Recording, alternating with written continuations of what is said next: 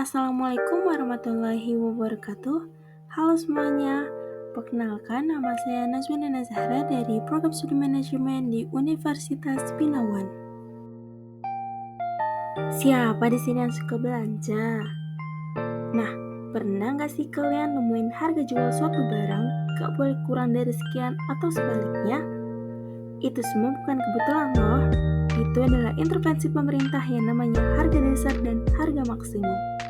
Di video kali ini, kita akan bahas kenapa pemerintah perlu ikut campur dan apa dampaknya buat kita sebagai konsumen dan produsen.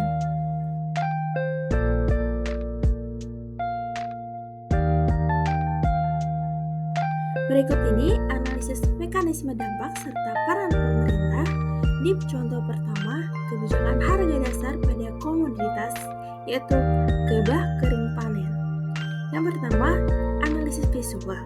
Kebijakan harga dasar atau price floor atau harga minimum adalah batas harga terendah yang ditetapkan pemerintah yang harus di atas harga keseimbangan pasar atau PA untuk melindungi produsen atau petani agar tidak menjual produk di bawah biaya produksi. Lalu, keseimbangan pasar awal. Titik perpotongan antara kurva permintaan atau QD dan kurva penawaran atau QS sebelum intervensi pemerintah menunjukkan harga keseimbangan atau PA dan kuantitas keseimbangan atau QE. Secara visual, harga keseimbangan atau tanpa harga dasar berada di sekitar 400 dalam ratusan ribu rupiah atau ton, dan kuantitas keseimbangan sekitar 800 dalam ribuan ton atau musim. Penetapan harga dasar. Pemerintah menetapkan harga dasar sebesar 600 dalam ratusan ribu rupiah atau ton.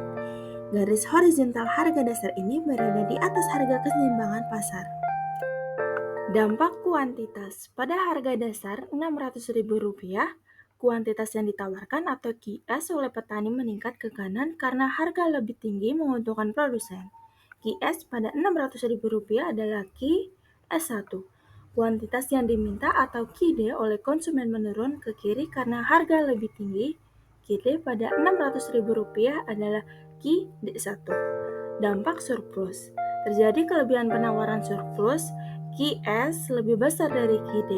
Secara visual, kelebihan penawaran adalah jarak horizontal antara QD1 dan QS1 pada level harga dasar. Dalam contoh ini, surplus yang timbul adalah 500 ton. Yang kedua, analisis matematis. Diketahui kurva permintaan atau QD sama dengan 2000 dikurangi 3P. Diketahui kurva penawaran atau QS sama dengan min 500 ditambah 2P.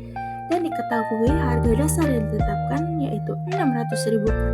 Yang pertama, kuantitas yang diminta pada harga dasar atau QD sama dengan 2000 dikurangi 3 dikali 600 sama dengan 2000 dikurangi 1800 yaitu menjadi 200.000 per ton.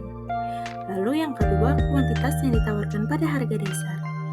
QS sama dengan min 500 ditambah 2 dikali 600 sama dengan min 500 ditambah 1200 jadi 700.000 per ton. Yang ketiga, surplus penawaran atau kelebihan gabah. Sama dengan surplus yaitu QS dikurangi QD sama dengan 700 dikurangi 200 menjadi 500.000 per ton. Yang ketiga, peran pemerintah dan mekanisme. Untuk menjaga harga dasar tetap efektif agar harga pasar tidak turun kembali, pemerintah harus membeli kelebihan penawaran atau surplus yang terjadi di area abu-abu pada gambar. Perannya sebagai pembeli siaga atau intervensi pasar untuk menyerap surplus dan menjaga stabilitas harga.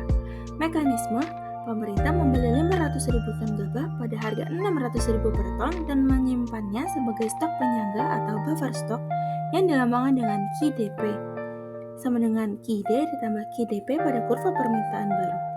Dampak, petani terjamin pendapatannya tetapi timbul biaya fiskal bagi pemerintah untuk pembelian surplus dan potensi dead weight loss atau kerugian kesejahteraan sosial di pasar. Analisis mekanisme dampak serta peran pemerintah di contoh kedua. Kebijakan upah minimum provinsi atau UMP adalah bentuk harga dasar yang ditetapkan pemerintah di pasar tenaga kerja untuk melindungi pekerja atau penawar jasa agar mendapatkan upah yang layak. Yang pertama, analisis visual. 1. Keseimbangan pasar awal. Titik potong antara kurva permintaan tenaga kerja atau atau KIDE oleh perusahaan dan kurva penawaran tenaga kerja atau QS oleh pekerja menunjukkan upah keseimbangan atau WE dan kuantitas tenaga kerja keseimbangan atau LE. Secara visual, upah keseimbangan tanpa UMP berada di sekitar 2.500 dalam ribuan rupiah per bulan dan kuantitas keseimbangan sekitar 5.000 dalam orang per bulan. Lalu ada dampak kuantitas. Pada UMP Rp3.000, kuantitas tenaga kerja yang ditawarkan atau QS oleh pekerja meningkat ke kanan karena upah yang lebih tinggi menarik lebih banyak orang bekerja. QS pada Rp3.000 adalah QS1. Kuantitas tenaga kerja yang diminta atau KIDE oleh perusahaan menurun ke kiri karena biaya produksi atau upah yang lebih tinggi. KIDE pada Rp3.000 adalah QID1. Lalu yang terakhir ada dampak pengangguran. Terjadi kelebihan penawaran tenaga kerja yang disebut pengangguran, yaitu QS lebih besar daripada KIDE. Secara visual, pengangguran adalah jarak horizontal antara QID1 dan QS1 pada level UMP. Dalam contoh ini, pengangguran yang timbul adalah 5.000 orang per bulan. Yang kedua, analisis matematis. Diketahui kurva permintaan tenaga kerja yaitu QD sama dengan 20.000 dikurangi 6P di mana P adalah upah. Yang kedua, kurva penawaran tenaga kerja yaitu QS sama dengan 5.000 ditambah 4P. Yang ketiga, UMP yang ditetapkan yaitu P atau upah sama dengan 3.000 atau 3 juta per bulan. Yang pertama, menghitung kuantitas tenaga kerja yang diminta pada UMP, yaitu QID sama dengan 20.000 dikurangi 6 dikali 3.000 sama dengan 20.000 dikurangi 800, yaitu 2.000 orang per bulan yang dipekerjakan. Yang kedua, kuantitas tenaga kerja yang ditawarkan pada UMP yaitu QS sama dengan min 5.000 ditambah 4 dikali 3.000 sama dengan min 5.000 ditambah 12.000 sama dengan 7.000 orang per bulan yang ingin bekerja. Yang ketiga, ada pengangguran atau kelebihan penawaran tenaga kerja. Pengangguran sama dengan QS dikurangi QD sama dengan 7.000 dikurangi 2.000 sama dengan 5.000 orang per bulan. Yang ketiga, peran pemerintah dan mekanisme.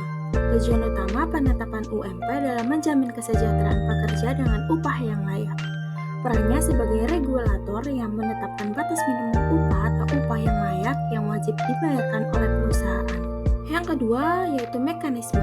UMP yang ditetapkan berdasarkan kebutuhan hidup layak, inflasi, dan pertumbuhan ekonomi. Setelah ditetapkan, perusahaan dilarang membayar upah di bawah nominal ini. Yang ketiga, ada dampak. Pekerja mendapatkan pekerjaan menikmati upah yang lebih tinggi, UMP lebih besar dari WE, tetapi perusahaan akan mengurangi penyerapan tenaga kerja yang pada akhirnya dapat menyebabkan peningkatan pengangguran dan potensi dead weight loss. Kesimpulannya, intervensi harga pemerintah selalu menghasilkan dua dampak utama yang bersifat trade-off atau pertukaran. Yang pertama, dampak kesejahteraan yang terfokus pihak yang ingin dilindungi atau produsen atau pekerja menerima manfaat, harga, atau upah yang lebih baik. Yang kedua, dampak inefisiensi pasar. Terjadinya keseimbangan kuantitas atau surplus atau pengangguran dan kerugian kesejahteraan sosial atau dead weight loss yang memaksa pemerintah melakukan intervensi sekunder seperti pembelian surplus atau program ketenagakerjaan yang memerlukan biaya besar.